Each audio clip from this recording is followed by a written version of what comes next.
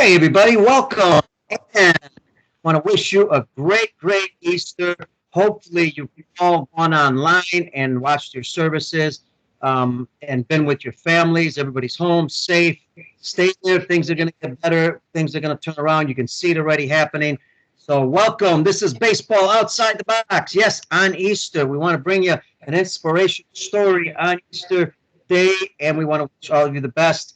Don't forget, check us out at Baseball Outside the Box for our podcast. It's baseballoutsidethebox.com, and check us out on Twitter at Baseball Out. We're all over social media, and we've got a great story here. I've talked about it to many friends, but it really needs to get out, and this is going to be a great one. Everybody has seen the movie The Rookie. I think it was a great movie. Left-handed pitcher, older gentleman who made it to the big leagues. Well, to me, I've even got a better story for you, and I think this is going to be outstanding. We introduce our guest, Jim Rushford, former Major League player. When I first met, was with Schaumburg Flyers, where I was director of baseball operations, one of the coaches. Great story. I'm going to run through it quickly. He went from San Diego State University as a player there. He born in Chicago, went to Maine South High School, Chicago kid. And what's awesome about the story is I remember well in some ways and some I don't. That I want to get back into this. It's going to be an awesome thing. Remember him coming to a tryout that he saw in WGN in Chicago. He was in San Diego at the time, and he didn't have a lot of money. He'll tell you all this. And he made it to the tryouts. As we fast forward everything, we had several tryouts, not just one. And he signed. He became one of the players with the Flyers. Went on in that particular Northern League to be the Rookie of the Year 1 year, and then make fast, speed up quick. Made it to the big leagues in 2002. It's a story of an outfielder with average speed, average to a little bit above average arm. Not your typical person that you would look at. He's been through a lot. But let's get rocking and rolling because I don't want to waste any time and make a mistake on any of the story. Let's welcome Jim Rushford. Jimmy, what's up, man? Hey, Pete, how you doing? Man, it's been a long time. I know I follow you on, like I said, Twitter and see what your son's doing a little bit. And your wife has, I think, Facebook. But, man, since 1999, it's been a long time. But I followed your story, and it's been awesome. Yeah, 99 when we met, that's when it all started coming together for me. It did. Listen, and it's great to see you. And again, like I said, this is an awesome story. But before we get started, you've got a young sophomore, high school player, son, Milo, and you've been through a lot, obviously, in your game. But at this particular time, we're going through a tough time here in the U.S. and around the world. I'm a very positive person when it comes to this. I see a lot of bright things that things are going to open up, and baseball is going to be back soon. But what are you doing with Milo? Because you want to keep him sharp, right? So I'm going to get some advice to all the other high school kids out there and coaches. What are you guys working on? And I know it's limited, but you got a little bit better weather there in Texas. So give us an idea what you guys are working on to get him ready just in case the season opens. Right. We're trying to make sure we keep his arm in shape. So we play catch, and he's pitching to me. I got to look into getting a left-handed catcher's glove. Yeah. Maybe some shin guards. We do all my favorite drills from when I played, some soft toss drills and heavy bat, one arms, and things like that. And we're going to start taking some batting practice and stuff, but it's just me and him because that's kind of what we're limited to right now. But the weather is beautiful here, so we got that on our side. What are you guys doing when it comes to, because you said he pitches also? Yeah. Yeah, so whether it's pitching or throwing, but what are you doing to kind of keep his physical aspect?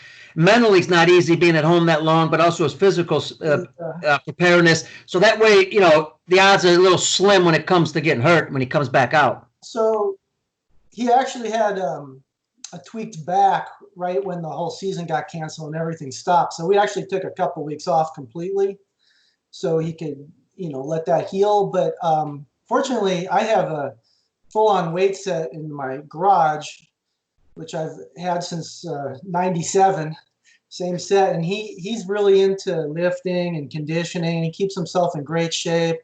So he's been doing that. I've been doing more of that now too because I have more time. I'm trying to get myself back in shape. And so when we go out there, it's it's not just about keeping him going, but I'm trying to get myself back too. Um, but yeah, he's throwing bullpens to me, and we've been doing drills, but we'll start doing batting practice and stuff like Cool. that soon. All right, folks. This is going to be a fabulous story. Like I said, I believe it's a movie story. I believe somebody's going to make a movie of this, hopefully one day. A book will be coming out. Jim is working on a book. He'll mention it later. The book he's writing about his complete story. But Jimmy, listen, let's get right into it because I want to get into your journey and starting because I think the journey is going to help.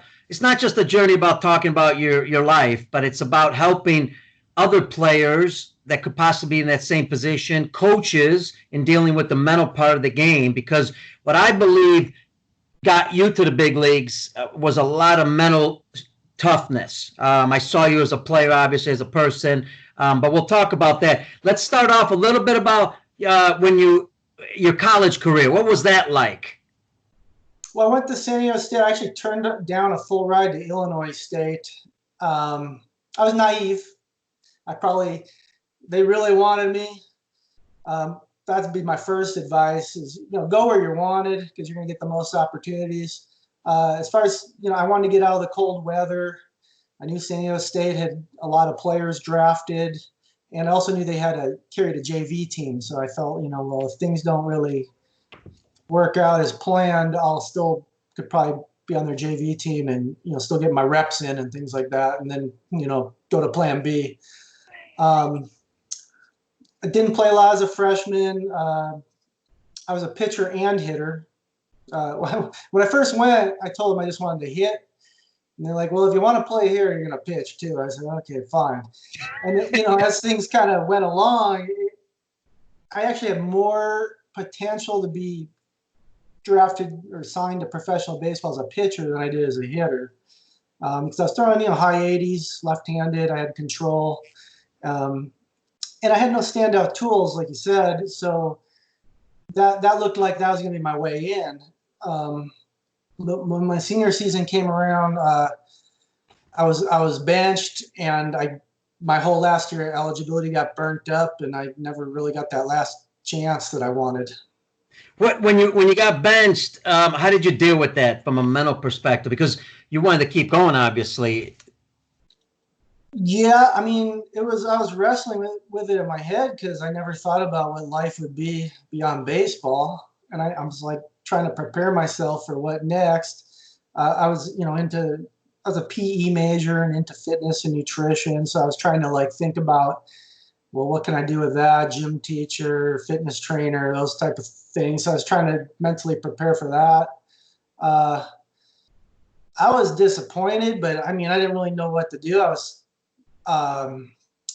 It really got to the point where I wouldn't even put on my spikes. I'd go out to the bullpen, and they had a little weight room back there, and I would just go in the weight room and work out because I knew the coach I was the last guy coming in. There was about 3 people ahead of me before he was going to get to me. What's interesting is I remember, and I'm getting older, and back then it's hard to remember everything, but all of a sudden I remember a story that you saw something on television. It was WGN, might have been Ron Kittle on there, about a tryout. This is after college, right? About a tryout. Talk about that a little bit, because I also heard you didn't have a whole lot of money really to get to Chicago. Yeah. So I was living in San Diego, and I hadn't played baseball for a couple of years, and I was delivering pizzas, and I was flipping through channels, and I thought, well, what's going on in Chicago these days? WGN News is on, and it's Dan Roan doing an interview with Ron Kittle, and the Schaumburg Flyers was the brand new team in the Northern League that year, and I was like, man, this is perfect. The Northern League, reputable, independent league, Chicago, where I grew up, Schaumburg. I'm like, I was planning on playing. I played a little adult league and with a semi-pro team, and I was planning on doing the semi-pro team again.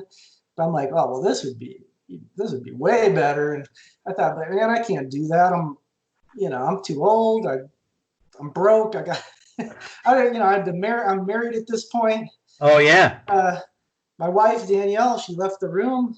And she comes back and she's like, okay, this is the phone number. They have a tryout like in next week or in 2 weeks or something.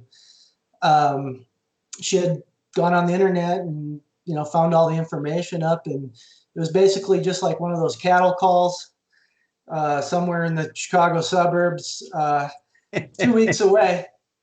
And I'm like, awesome, man. I'm like, I'm going to give this a try. But I was broke. So next I had to call my mom and be like, okay, there's this baseball tryout I want to do. I need a plane ticket. And my mom bought me the plane ticket. Wow. See, and that's what I think starts off to a great story and a great vision here. First of all, your wife Danielle saw something. Sometimes we need our wives to push us a little bit, to do some homework for us. My wife's done the same thing for me in a lot of other areas. Then all of a sudden, you're not even in shape and you're going to go to a tryout. Now, I was at that tryout. It was an open tryout. So, you've got people from all walks of life. I mean, you got guys that were just going there just for the fun of it. And you got some serious guys that are pro guys, and then you're there and you're not even ready. You're not even in top shape. I remember, because you came out of there, obviously we were picking guys from there and then bringing them into a special camp of about 30, 40 guys that we hosted. It was an easy pick simply because you were a left-handed pitcher, and we brought you in as a left-handed pitcher. And then tell us about that experience in the workout camp. Anything come up there that because you could easily, got frustrated there also. Right. So, I mean, I should say that back out of college after taking a year off, I did go play in an independent league. But the first team I tried out for was a Springfield Capitals. Mal Fitchman was, sure, kind of a legend in independent circles. Yep. But I just tried out as an outfielder, and they had like 100+ guys, and they were looking for maybe 2 pitchers and an outfielder maybe. And I got down to maybe the last 3 guys or so, and but they went with a guy with more experience than me, a little better track record. And I realized, okay, the most important thing, first thing you gotta do is make the team. I'm like, well, what's the easiest way to make the team? Well, make it as a left-handed pitcher. Yeah. So I called another team and I said, I'm a left-handed pitcher. I'd like to come throw for you guys. that was the Boys County Dragons, R.C. Lichtenstein, managing. And I went and I threw for him. And I made his team, and so I played. But that's where I learned my lesson. So when I went to Schaumburg, I'm like, okay, well, I'm an outfielder, but I'm also a pitcher too. So what I remember about that is, I had to borrow my sister's car. She lives in Chicago still, and the thing I remember most is I was throwing and I was doing well, and then Ron Kittle he stepped in the box. I don't know if he even was holding the bat or not. He definitely didn't have a helmet. He looks at me, he goes, all right, 3-2 count, bases loaded, and don't hit me. I'm like, all right. I thought about, well, what pitch do I like to throw there? Well, man, righties hate when lefties throw down and in on them because they're not used to the ball coming in on them. They always flinch. Absolutely. So I'm like, well, I would throw a fastball down and in right here, I'm like, but I'm coming in on him. It says don't hit him, and I reared back and I just nailed my spot perfectly. And I just remember him kind of looking out at me, and I was like, I knew I was in that. Yeah. But that just got me out of the cattle call. Yeah. Then after that, it was like you said, it was you guys already had a full team of signed players, but you brought in another dozen or so guys to maybe fill in the last couple spots or whatever. And I remember going to at least a couple weeks of really intense practices and tryouts, like a spring training. Right. And I knew I was had to compete for those, for a spot. And, I had to grind for a couple weeks, but in the end, I got a roster spot. Well, I remember our second workout, folks. Jim is he's pitching, and now it's against elite players, more elite players, obviously. And I remember you coming to me and saying during that tryout, because you and Alberto Castillo, who made it to the big leagues, also a former big league player, you both got signed out of there into our regular workout camps, into our spring training. you came to me and said I can hit also because you weren't getting the chance to hit. And I was like, okay, so I told Ron, and I'm thinking, yeah, okay, everybody says they can hit. Well, you could definitely hit because you hit a lot in that camp and in spring training. But anything that you remember from that? If not, I'd love to go. I want to get into what happened later on. Well, I just remember I was kind of in head-to-head competition with another guy who's already signed to the team. He had been on the team the year before, and I just remember going, one-on-one with him with outfield throws and all that stuff, and I just kept beating him, doing one better than he did, and I think that was a spot I kind of had to take, but I was really interested in playing first base. And Ron's like, well, we got Mike Marshall playing first base. Yeah, former all-star big leaguer. And I was naive. But I had already gotten the short end of the stick in the past, and I didn't want that to happen again. So I wanted to stick up for myself. I'm like, well, you haven't seen me play first base yet. And he just looked at me like, I don't know if you're stupid or crazy, but okay. I think he kind of liked the audacity I had, just Sure. that I was willing to fight for myself. He's like, okay, well, let's see it, and what actually really, I think Mike, he was more interested in getting into coaching. Mm-hmm. He had some knee issues and stuff, and what happened is he would sit out games because his knees were sore, and I actually ended up getting to play a bunch of first base during that season. Yeah. Jim, up to this time, you're what, 23 years old now, around that time? Yeah, 23, 24, yeah. 24. And you've got to keep fighting and fighting. That's not an easy thing to do. A lot of players get frustrated and they just say, enough's enough. What kept Jim Rushford going? Yeah.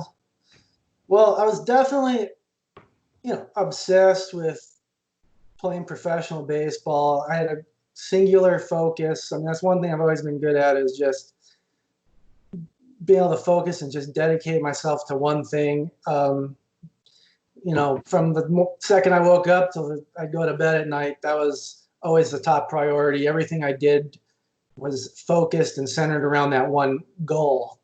And I wasn't necessarily thinking, I need to make the major leagues. I'm just thinking, if I could just play in the Northern League, they consider that a AA league, and that'd be like pretty, good high level where I could feel satisfied with myself, like I accomplished something in baseball and I could kind of put it to rest and live the rest of my life in peace. I'm like, so I just need to make this team and play in the Northern League. And so I just focus on that next step on the ladder, How did you balance trying to be competitive, and obviously you're competing against other players for spots, but they're all, as the season goes on, they're also your teammates. How do you balance those two? Because you have one goal in mind, that is to keep going. And in order to keep going, you got to keep playing. Yeah. But also teammates that you're with day in and day out. How do you balance that? Well, that's the hardest thing at like AAA level, because everyone wants that call to the big leagues. Yeah. Your buddies, you ride the bus with them, you room with them, you go to battle with them. But at the same time, when an outfielder pulls their hamstring or something and they got to call somebody up, there's 5 outfielders to choose from, and you want to be the one they pick. So that's where that situation gets tough. As far as Schaumburg, I think when it came to the tryouts part, I'm generally a nice, peaceful guy, but that's a cutthroat, do or die situation. And it was just like, I didn't care, who I had to run over, what I had to do. If anything was in my way, I was just going to destroy it. I didn't care. Because it's either going to be you or it's going to be me. And I'm going to make sure it's you and not, and not me that gets the short end of the stick. So, you really got to be ruthless in that situation without being a jerk. Sure. Sure. I mean, you're focused on your goal and you're working at those goals. I want to take the audience through the story a little bit here because as Jim Rushford plays independent ball, he's rookie of the year in independent ball. He then goes, I remember this specifically. I want to talk about this because this is the part where constantly people, I don't think people believed who you were, what you can do, even though you were getting it done. Because what happened next later on is I remember they're putting Team USA together. And as director of baseball operations, I had recommended you to Marty Scott. But there's a lot of great players in the Northern League to put a Team USA together. It was going to be all independent league, so it wasn't just one team. And as they come to their selection, they hadn't picked you yet. But then something happened. I remember me email me or calling Marty and say, Marty, listen, I heard you're looking for a left-handed hitter. Rushford's your guy. You got to take him. And I'm sure somebody else spoke on your behalf. Well, tell us what happens next when you make Team USA. Well, we met in Florida. Well, first of all, I want to say I appreciate you giving me suggesting my name and giving me that opportunity. But we met in Florida, and I actually got really sick the second I got there. I had gotten a pneumonia shot, and I had some sort of bad reaction to it. And I got really sick, and so instead of playing in the exhibition game, I had to take one of the team's 15 passenger vans and take myself to urgent care and get antibiotics and stuff. And I was a little, iffy about heading out to Panama and leaving the country when I was so sick. But, I don't want to miss, this is my once in a lifetime opportunity. I don't want to miss it. I'm like, I just got to go and see what happens. And we flew on Thanksgiving Day. That was 2000 to Panama. And we placed in that tournament and did what we had to do to qualify Team USA for future events. Mm-hmm. But we did, there was one play in a game against the Dominican, bases loaded. Guy for the Dominican hits a chopper down the third base line. A little bit foul. Our third baseman thinks, it's a foul ball. So he just kind of half-asses a throw to first, and it sails over the first baseman's head, and the umpire signals that it's fair. Oh. And all the runners scored, and we ended up, losing that game by a run. We couldn't come back from that one play, and that cost us a chance at a gold medal because we had beat Team Panama, and we're in a three-way tie with Panama and the Dominican, and but the tiebreaker was, runs allowed or that sort of a thing. And just because of that one loss, the Dominican, who we should have beat, in the runs allowed, we got in the losers bracket and couldn't win a medal. We had Ozzie Canseco on that team, and a lot of the Northern League guys. A kid named Matt Harrington, he was only 18 years old. He was a Rockies first-round pick. Yep, remember high school. And I made the all-tournament team for the tournament, but I was just dead. Hey, Jimmy, that's what I was getting at because I want our audience to understand. You're playing with guys that have been ex-big leaguers, in the Northern League quite a bit. We're talking about some top players where you end up being on the all-tournament team. That's just another step to your goals, but yet people still aren't really thinking about Jim Rushford. But I think that was a great accomplishment. What did it feel like not only to represent your country for the first time and also to be on that all-tournament team? Oh, it's an amazing honor. It's a great thing to have on your baseball resume because I know that's going to help me going forward. It just sort of was astonishing that I was, an out of baseball pizza delivery driver. And now I've been played in the Northern League. I've been signed by the Milwaukee Brewers and was on the Team USA, with all these big names. And I make the all-tournament team. I couldn't believe how far I'd come in such a short period of time. Well, when you talk about how far you come, I'm looking at 2000. This is 2000, and your debut in the big leagues was 2002 with the Milwaukee Brewers at the age of 28 years old. Take us through that story from after now that you signed with Milwaukee. What happens there, and are there obstacles along the way? I know in later on in AAA, you did some great things, but I'll have you talk about that. Yeah, I mean, the Brewers picked me up after the 2000 season, after my year in Duluth, and I went to spring training, and I was just locked in from the second I got there, because I knew I had seen guys get picked up from independent ball before, and typically they don't make it past spring training. They it's you got an uphill battle. You're going against prospects, guys that they have a lot of money invested in, younger guys with maybe a standout tool or something, and you're going to have to do at least twice as much to leave spring training and break camp on a roster. So I just everything I had every day of spring training.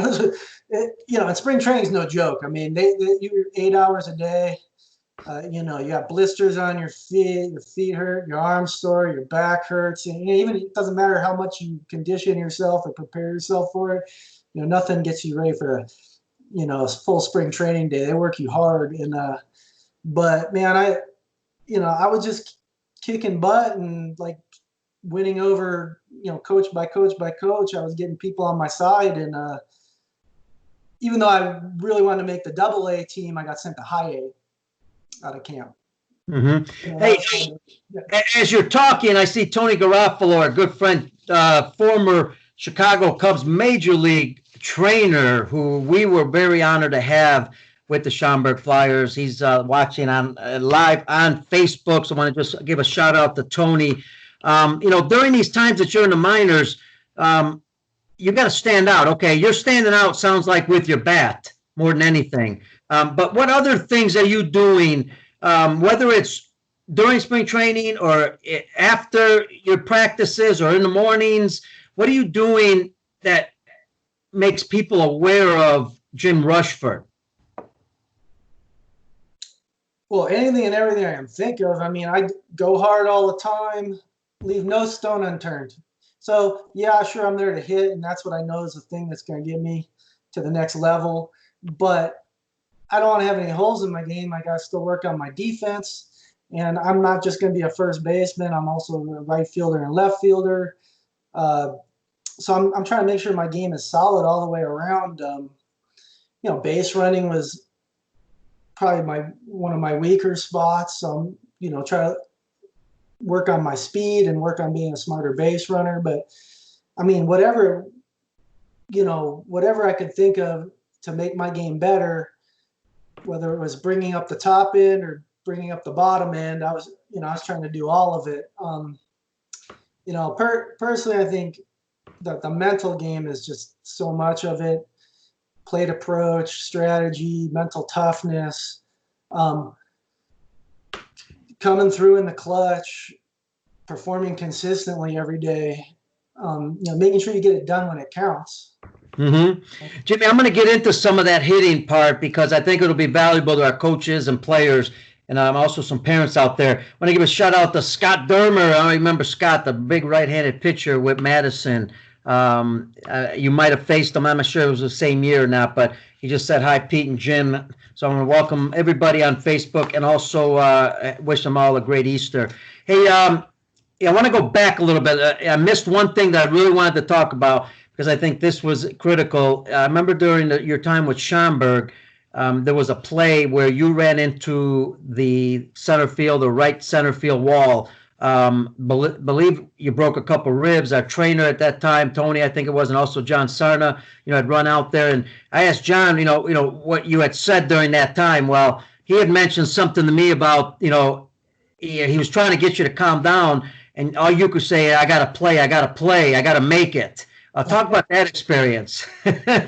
Well, that was about mid-season, and our original center fielder, Brian Ralph, was having a really good year. He got picked up by the Pirates. And I thought, well, I want to do what he did. And I was having a spot start in center field, and I'm like, well, I'm even more valuable if I can show I can play center field. So I wanted to prove, I could do it. And I was having a real good game. I'd hit a 3-run homer in the game, and it was actually against Duluth, and I think we were tied going into the last inning, and the leadoff hitter, hit a piss rod straight back over my head. And I took a drop step, took a good route to it. I was going hard back, but as I was closing in on the ball, I was also closing in on the wall. And I knew in the back of my head, I'm like, if I slow up at all, I'm not going to catch this ball. But if, I'm going into the wall with this. And I'm like, I need to prove that I can handle this position, And so I didn't slow up one bit. And I got to the warning track, and I had to leap up for this. It was kind of a hard liner, dead center. And I jumped, it just grazed the top of the web of my glove. I just was short by like an inch or two. And then the momentum carried me in the wall full speed. I felt like I just folded like an accordion. I could feel my inside my body just crushing in. Wall had no give, and I was down. I couldn't get up. The wind was knocked out of me. I don't know if I lost consciousness or not, but I mean, I was down for the count. Unfortunately, it turned out to be an in the park homer, so that part of the play didn't work out. But yeah, when they held me off the field, I knew you can't get to where you want to go if you're not playing, if you're hurt, and that was all that was in my head. And I ended up with a separated shoulder, and a rib fracture. And I was sent home, and I thought that might be it for me. So I was very concerned.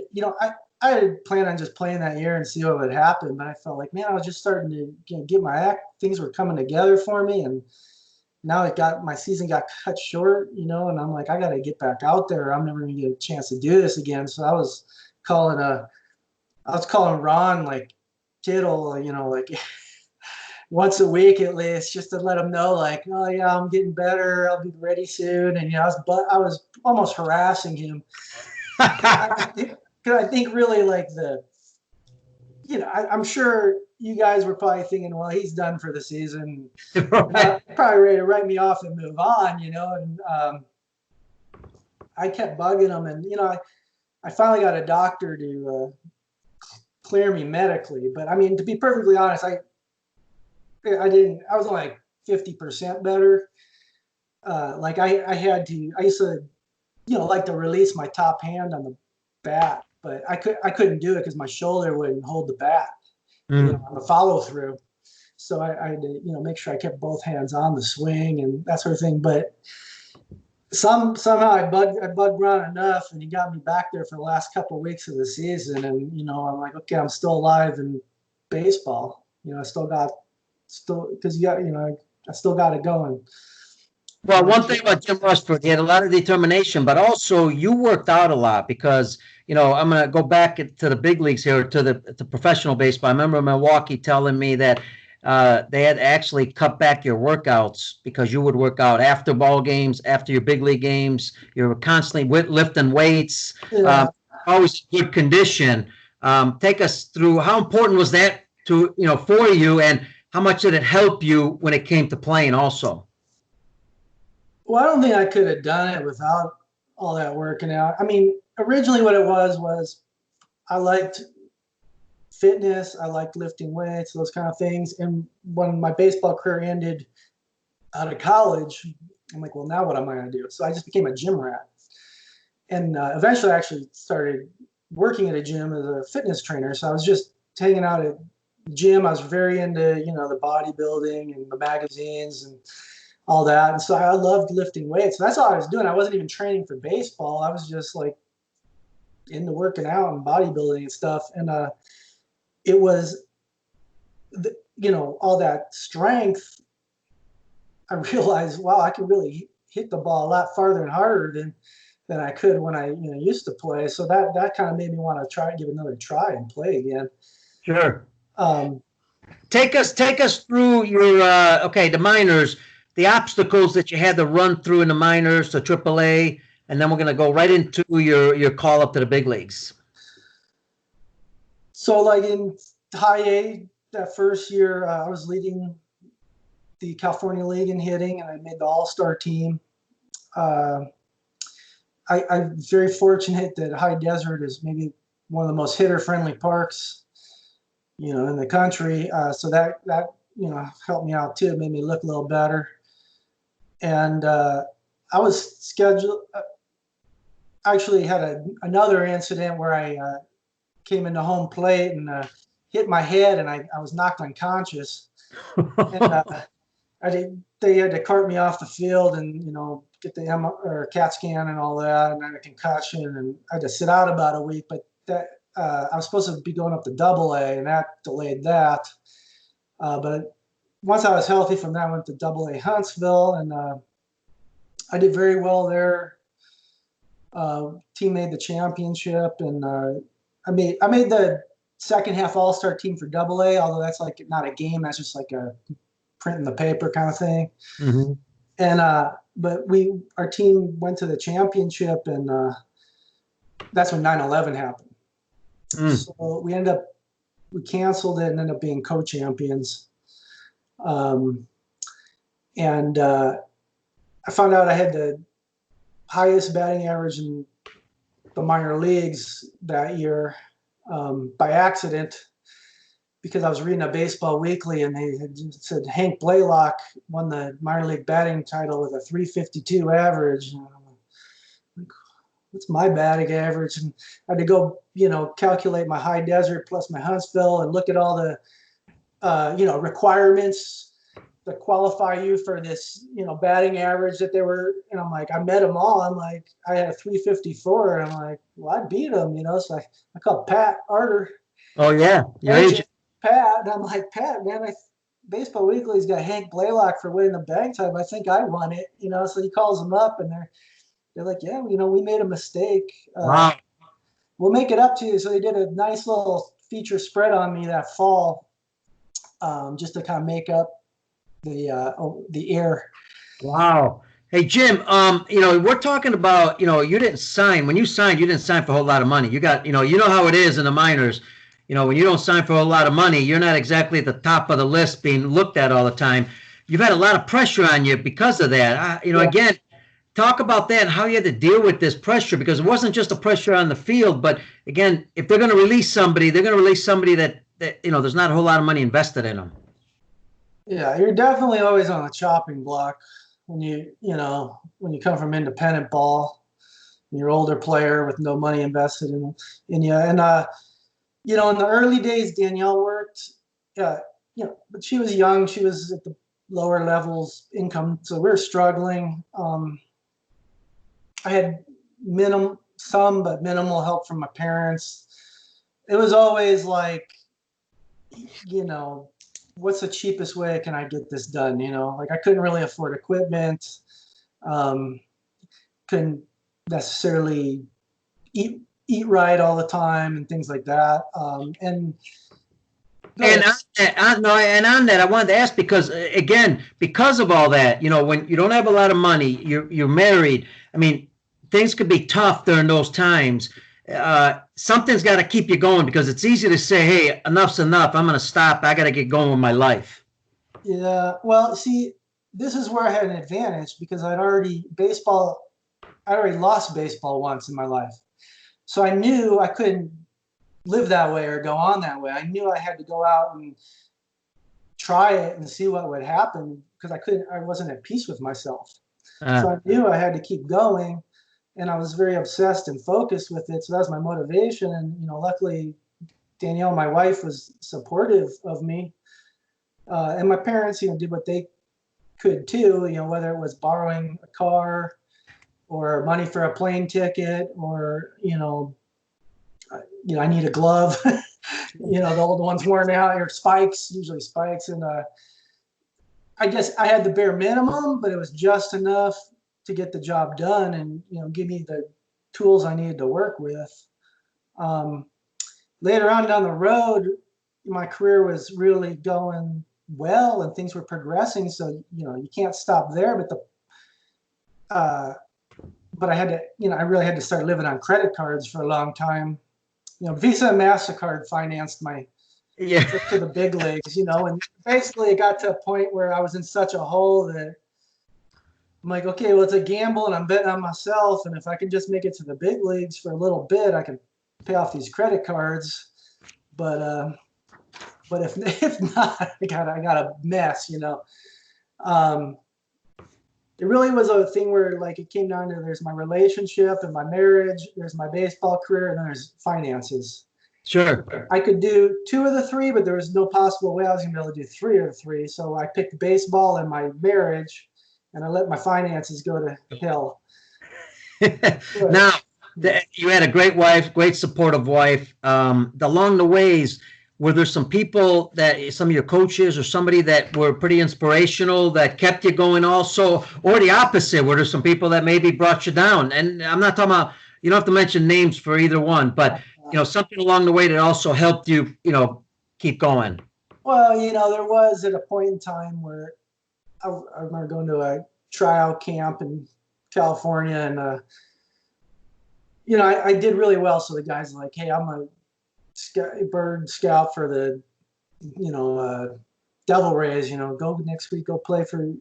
I'm gonna have them watch you. And I show up the next week, and the guy's like, didn't know I was coming, and then I'm like, well, so and so sent me, and he's like, wait a minute, I know who you are.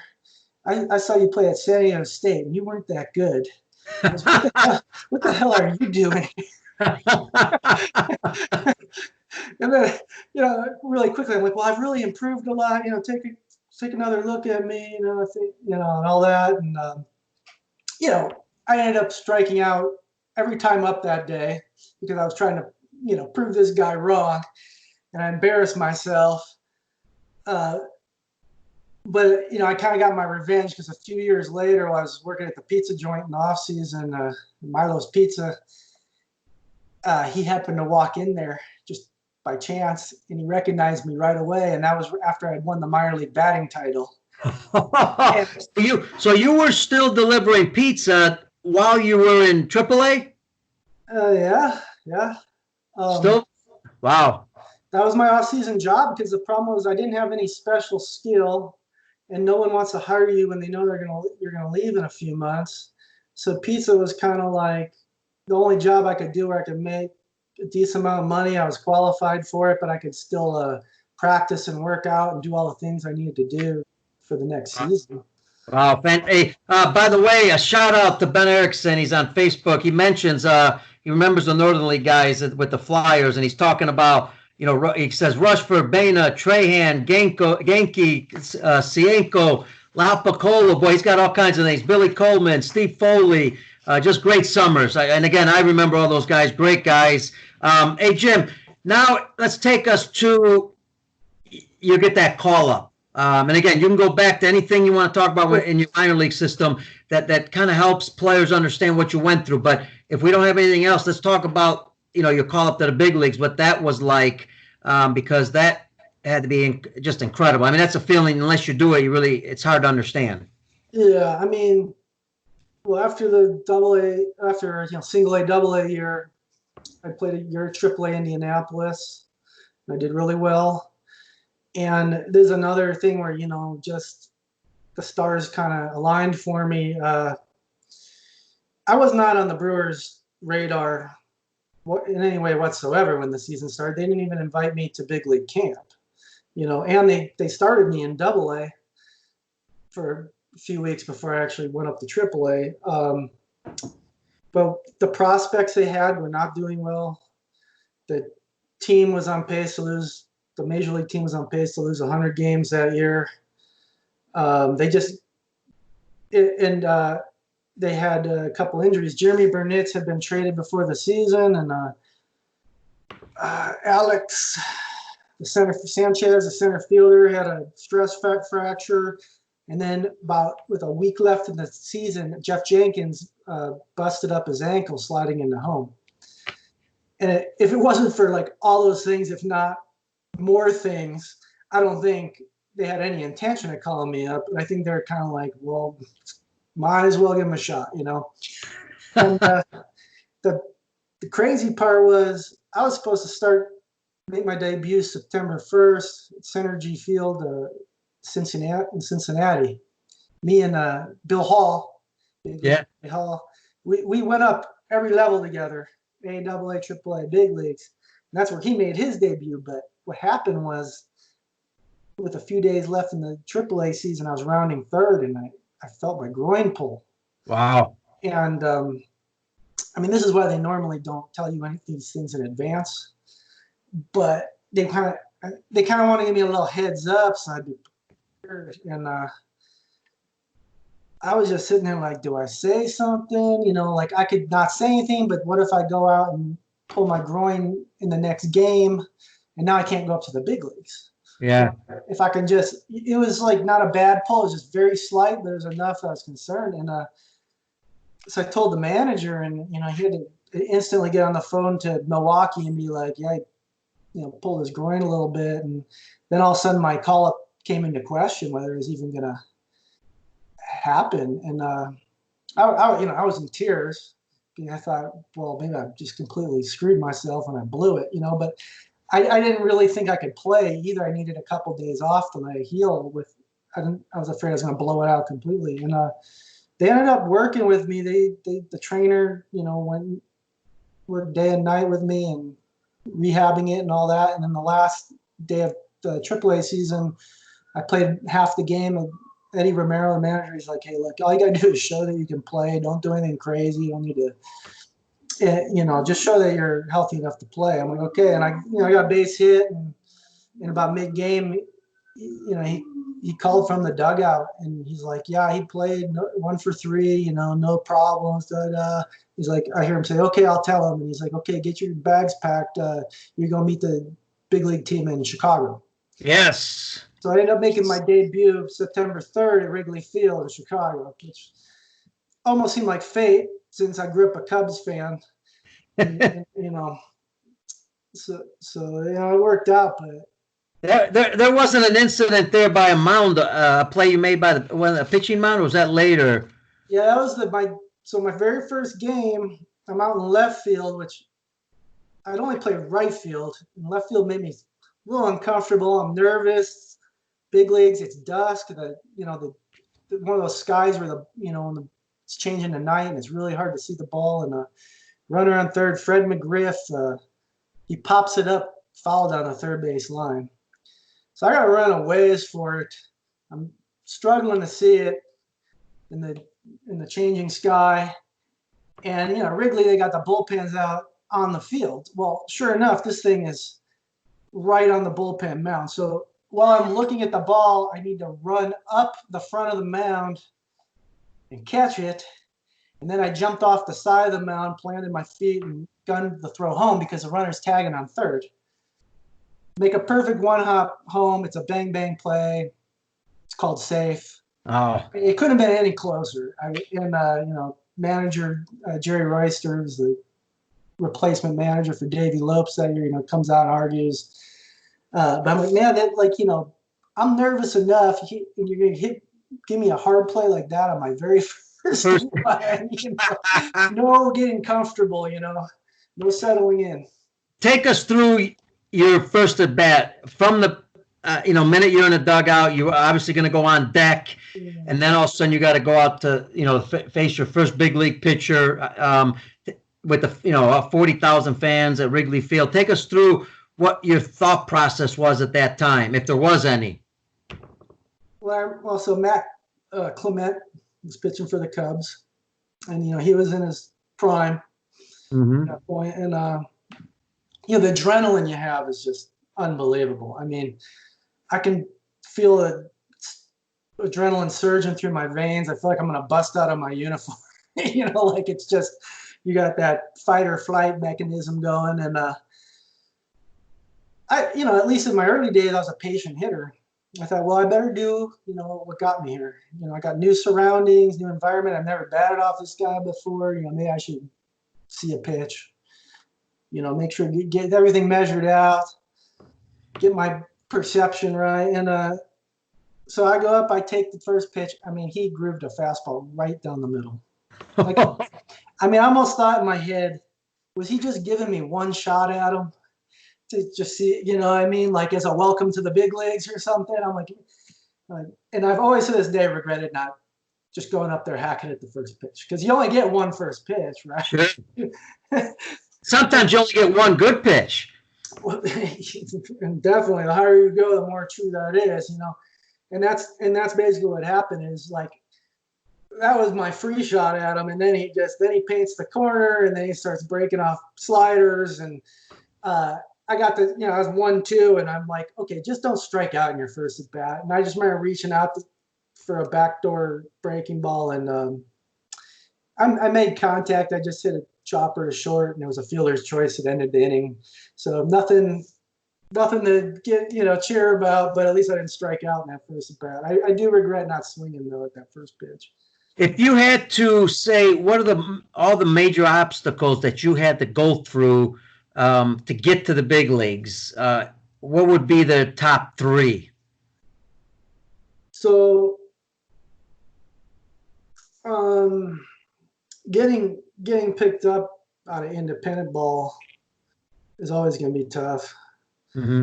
You're gonna have to put up really, even though I did well, I think the reason it happened is because R.C. Lichtenstein, who had been my first manager, he went to the Brewers, and he had been following my career. And of course, on my end, I'm doing my part because I'm putting up numbers in independent ball. Mm-hmm. But that could have been it for me. But the Brewers were they're cleaning house, and they were starting all over. They had all new, and they were looking for a kind of veteran player that could be a good example for the younger kids. And RC, threw my name out there, and and that was the biggest break of them all. So having somebody obviously that believes in you, I mean, that's huge. You have to have an advocate always. I think at every level, you got to have somebody on the inside that's fighting for you, and you got to make sure you're loyal to that person. You always take care of that person, because that's going to do more. You obviously got to do things on your end, but countless guys do things on their end, and they just get lost in the shuffle, and nothing ever happens. I mean, RC signing me that first year, and then Ron taking a chance on me with the Flyers in '99, and then going back to RC again, getting in the Brewers system. And then once I was in the Brewers system, I think my number one advocate was Eddie Romero, who I had at AA and then AAA, ex-Boston Red Sox player. And I played for him, and I won him over. And so I think, your manager's writing a game report every day, and they can put whatever spin on it they want. If they like you, they're going to put you in a good light, and or put you in the right spot in the order. Like, big difference batting 3, 4, 5 versus if they bury you 7, 8, and 9. And in the RBI opportunities and things like that. So and then the last thing was the call up. That was pure luck. I mean, I needed other prospects didn't do well in the Brewers system. The Brewers were stinking it up, and the injuries, it made a spot for me. And then sometimes in life you do need some breaks along the ways, and obviously that was a good break to get, and a good opportunity where a lot of guys had gotten hurt or released. But now, why did Jim Rushford make it to the big leagues? What was it about you? Was it a combination of skills? Was it, why do you think you made it? Because I think that can help a lot of young people understand there's several ways to get to a higher level, not just the big leagues, but any level. Yeah, I mean, I definitely try to make sure there's no holes in my game. Just make sure I had every base covered, so that I never got caught off guard in a bad situation. as far as having a weakness in my game or something. But I didn't hit the ball 500 feet. I didn't run that fast. I didn't throw that hard. So you maximize what you got, but then you have to put up the numbers, get the accolade, whether it's being on a championship team or getting all-star pick or being in the league leaders and offensive categories. You have to do all that. But then I just think the other variable that is, you got to be a little crazy. I was somewhat delusional. I was totally obsessed. I was singularly focused, and I was willing to just ignore anything and everything else in my life for this one goal. And I just basically, the way I put it is I was going to do it or die trying. And Yeah. because, there's days you're hurt, there's days you're tired, there's days when it's, 32 degrees and the wind's blowing off, Lake Superior, and the wind chills down in the single digits. And who wants to play baseball in that? But you got to think every single at bat, every single game, it all counts. People are watching you and judging you. It all goes on your numbers, and you got to be just so tenacious that you never let a single thing slip by you. You got to take advantage of every single opportunity. And I tried to. I had my failures too. It wasn't all just a steady uphill going there. It was like one of those 2 steps forward, 1 step back kind of thing. But you got to just get right back on track. If you have a bad day or a bad break or whatever else. Well, Yeah. and then, right now you've got a young son who's a sophomore in high school. Obviously is not. You guys I think only played 8 games or something. 22 at bats he's had. Now,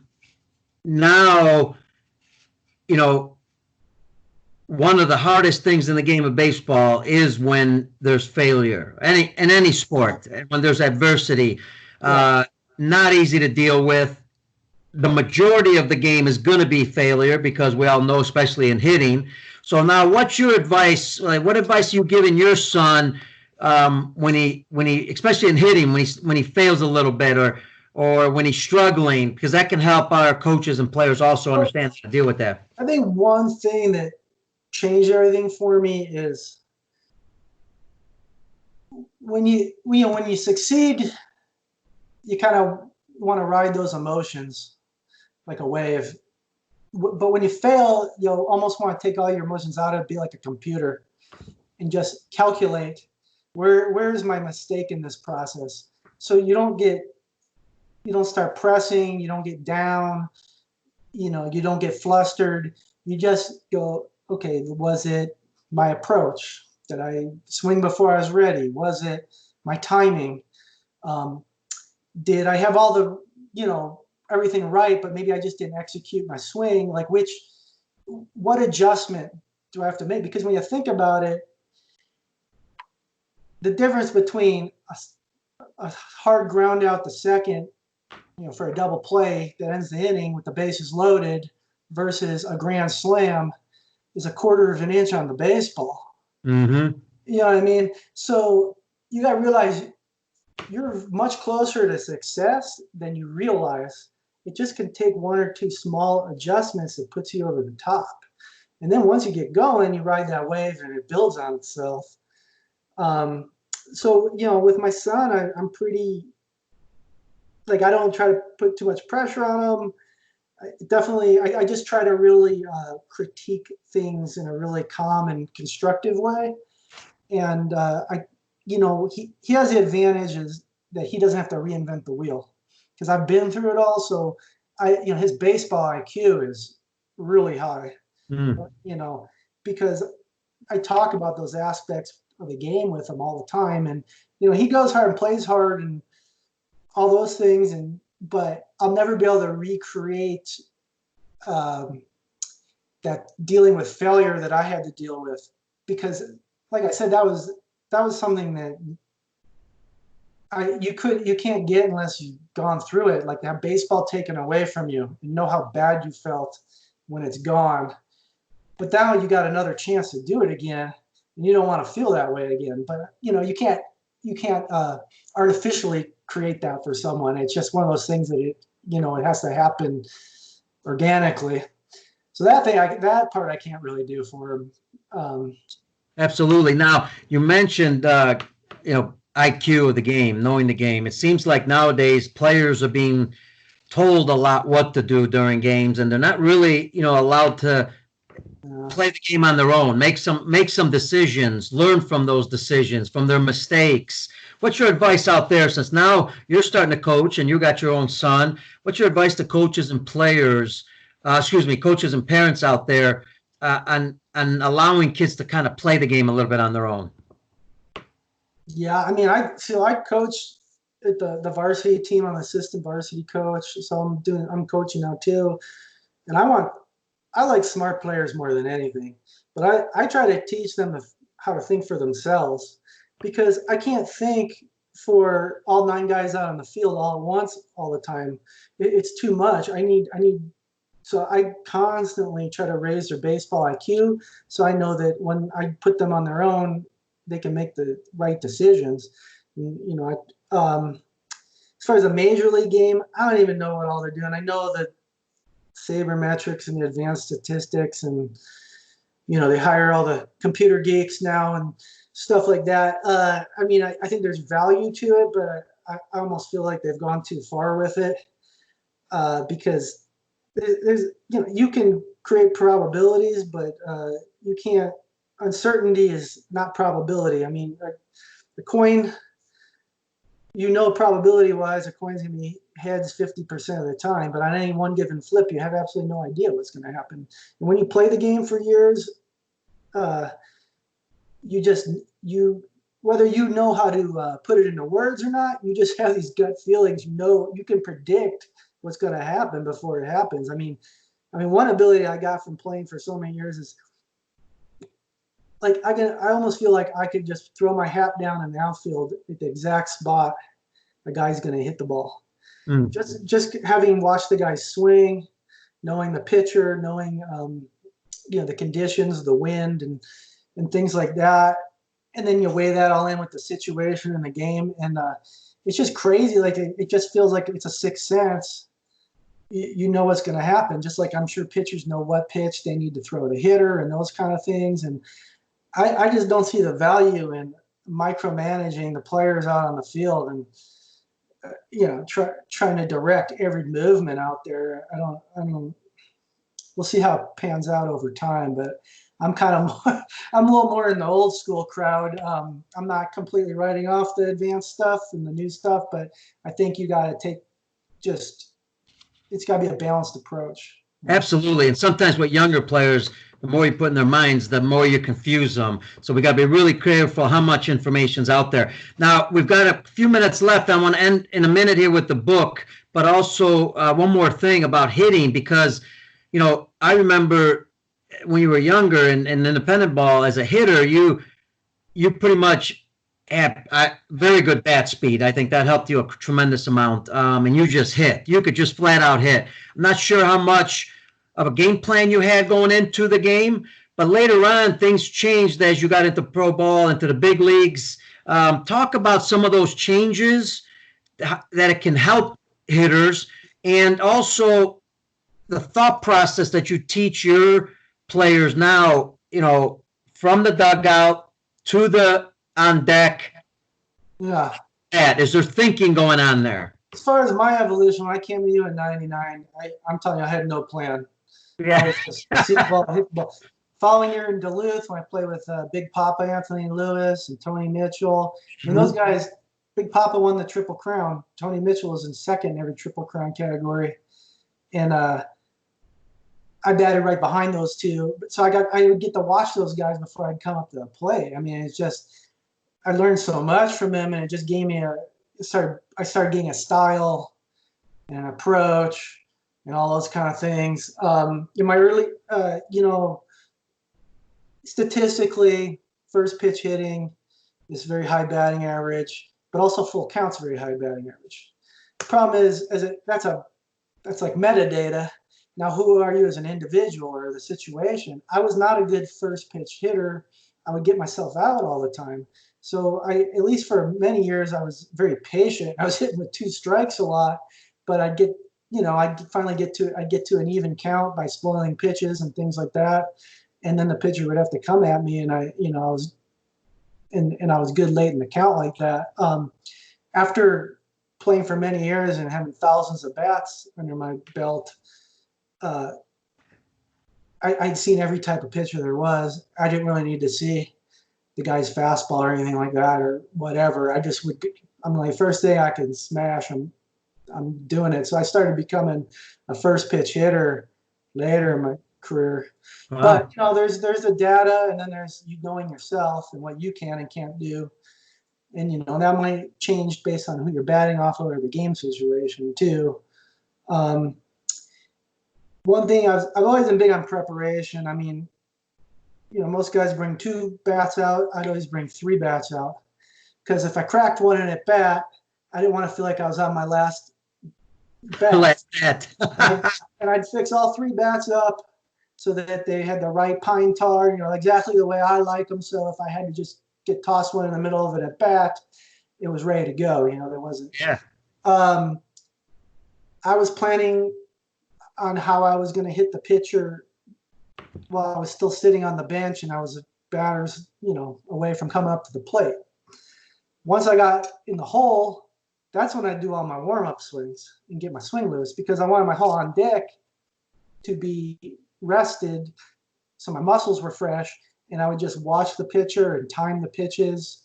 And, I actually time the pitches and go swing or no, because you're always swinging. You're thinking swing, swing, swing, swing, no. Swing, swing, swing, swing, no. And then you're like swing, swing, swing, yes, And I would have practice at bats in my head while I was on deck circle.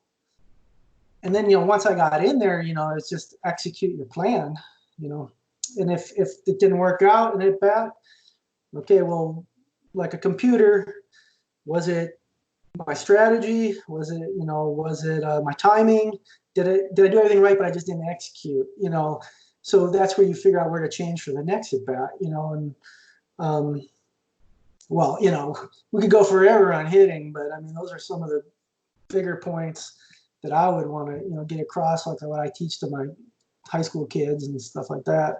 And we might bring you back, just do a specific talk on hitting. But the other thing I think would be great, when you failed at hitting,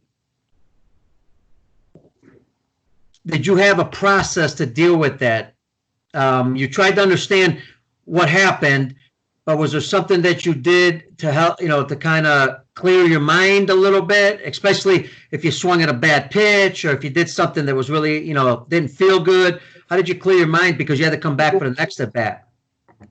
Well, for one thing, just approaching it very systematically and taking your emotions out of it, because you don't want these negative emotions. You realize your mind moves your body, and your body did something a little wrong and got the bad result. Another thing is your arousal level. So, for instance, if it was bases loaded in a key situation in a game and I felt too nervous, I would just pretend nobody on, 2 outs, a nothing game, or it was just batting practice. It was 4 or 5 o'clock and we're hitting BP. I'd put myself in a totally different place to relax myself, and vice versa. If it was a nothing at bat, like 9th inning, and your team's up by a bunch and nobody's on, it just doesn't. I would try to pretend it's bases loaded and the whole game's on the line to get my arousal level up. So I would piss away an at bat, because that bat still goes on my stats. It still matters, And so you're trying to reach that optimal arousal level, but you got to know where it is, and then whether you're too amped up or you're half asleep and you need to wake yourself up. So I would try to overcompensate and counteract that. If I got in a slump or something like that, something was lasting, I mean, those are tough. It happens everywhere, tough. But mostly what I would have to do is something needed to change. So, I mean, typically I might just start way off the plate and just play pepper with the pitcher and give myself a really easy task. Like, all I'm going to do is barrel the ball. Or I'm going to say I'm pretend it's a man on second, no out situation, and all I gotta do is get the ball the right side. Give myself something simple and easier to do to take the pressure off myself, so I'm not afraid of another hitless at bat. And then, once you get going, I find myself moving a little closer to the plate. And then the singles would turn into doubles, and the doubles would turn into homers. And then I'd get all cocky and think, okay, I got this. And then sure enough, here comes the pop outs and strikeouts and the next slump. It's just like a constant cycle. The key, though, is just move yourself through the bad part of the cycle as quickly as possible. And when you get hot, stay hot as long as possible. Absolutely. Great advice. Love it. Let's finish it off with your book. I know it's not out yet, but I think it's going to be a great book. Like I said, I believe if you've heard the whole story of Jim Rushford, I believe it can be made into a movie. There's a lot more information, obviously. So tell us a little bit about the book. Yes, I wrote a baseball autobiography, baseball memoirs, and it really goes through my whole life. Although I focus a lot on the independent ball and the path to the big leagues. People had always said, "Oh, you should write a book." But then, as I went along, I'd hear all sorts of people had crazy great stories. I'm like, well, who's gonna be interested in that? So I gave up on the idea, and then it wasn't until like this last year I actually started posting a lot of baseball stuff more to get my son out there. I started reestablishing all my baseball connections and stuff, and a writer kept, messaging me and saying, "No, I'd like to do a book with you," and stuff. Nice. And I finally decided, yeah, it's worth it. I'm going to do it. And I the whole thing's written, but it needs to be edited, and there's more to go with it. I don't expect. I don't have a big publisher behind me or anything. I'm just doing Amazon Kindle to be like an ebook or a paperback. And but I just really wanted to get, even if I didn't sell a single copy, I just want to get my whole story in writing for, posterity's sake. Yeah, your kid also have something to have. Exactly. And they get, I think when you publish on Amazon, they'll give you like 10 or 20 copies for free or something. So I got something for the coffee table. Well, folks, first of all, if you know Jim Rushford, I've followed him, obviously. He's been doing a lot in the game. Very modest. I believe it's going to be a big story when it gets out because, like I said earlier, I have all the respect and admiration for the movie The Rookie. I think that was a great story. But here we are with a young man who dealt with a lot of adversities as a outfielder, one of the toughest positions to make it in the big leagues. That's why I want to get the story out more and more because I hope to see a movie one day. And Jim, not only that, but I think you've got a lot as you go into coaching high school baseball, coaching your son.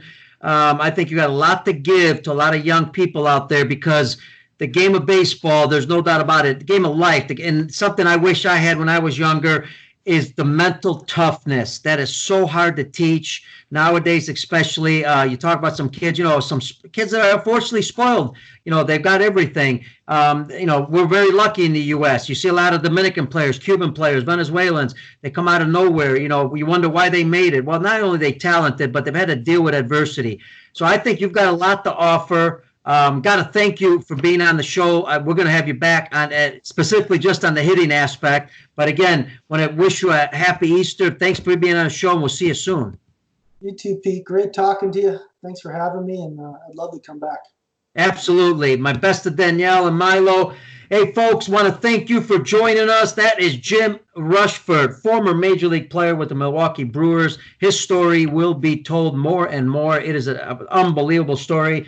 I was lucky to have a little part in having Jim with us with the Schaumburg Flyers. Hey, I got to thank our producer, Brian Kroc of the Lineup Media Group. I know it's Easter. Hopefully everybody went, and saw a Easter service church on their computer. Want to wish everybody a safe time, a safe Sunday. We'll see you on the next show. This is Pete Caliendo, Baseball Outside the Box. Have a good Sunday.